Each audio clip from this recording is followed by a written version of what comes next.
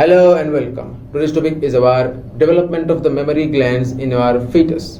So, as the mammary glands is a modification part of the sweat glands, so it is a part of our integumentary system. मेरे कहने का मतलब ये है कि ये जो मेमोरी ग्लैंड है या जो हम खास तौर में स्तन बोलते हैं, ये हमारे स्किन का हिस्सा है, चमड़े का हिस्सा है, क्योंकि चमड़े में जो स्वेट ग्लैंड होता है उसी को मॉडिफाई करके मेमोरी ग्लैंड बनता है. कैसे बनता है? Step by step.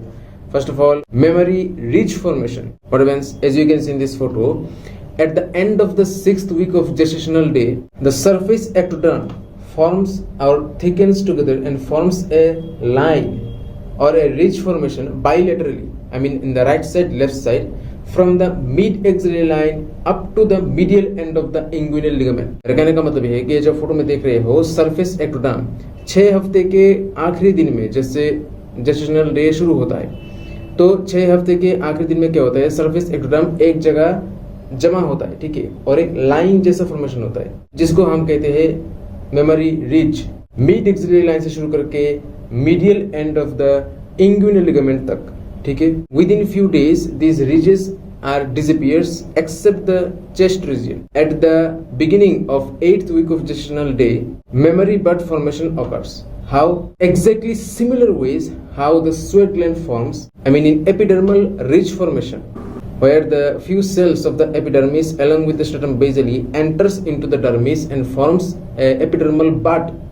But same thing happens in the chest region, memory ridge. So we call it memory bud. These memory buds reaches up to the mesenchymal layer of the chest, and there it gives multiple secondary buds, which gradually later this forms lactiferous duct or lactiferous ducts. Okay, now from the surrounding mesenchymal cells, fibrous connective tissue forms, suspensory ligament forms, fat tissue forms, surrounding these secondary memory buds. During 7th or 8th month of gestational day, what happens?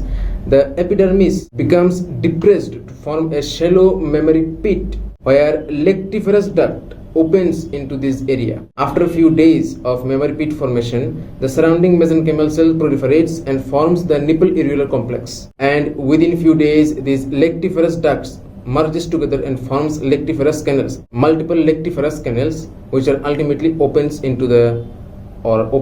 the nipple. Up to this much is the primary structure of the nipple, which remains same up to puberty. After puberty, due to the presence of powerful hormone, which is estrogen, these surrounding connective tissues, mesenchymal cells, then fat tissues grows or enlarges rapidly and forms breast, and the lactiferous ducts and lactiferous canals also grows due to the presence of progesterone hormone. Growth of the breast only occurs in female due to the presence of estrogen and progesterone hormone.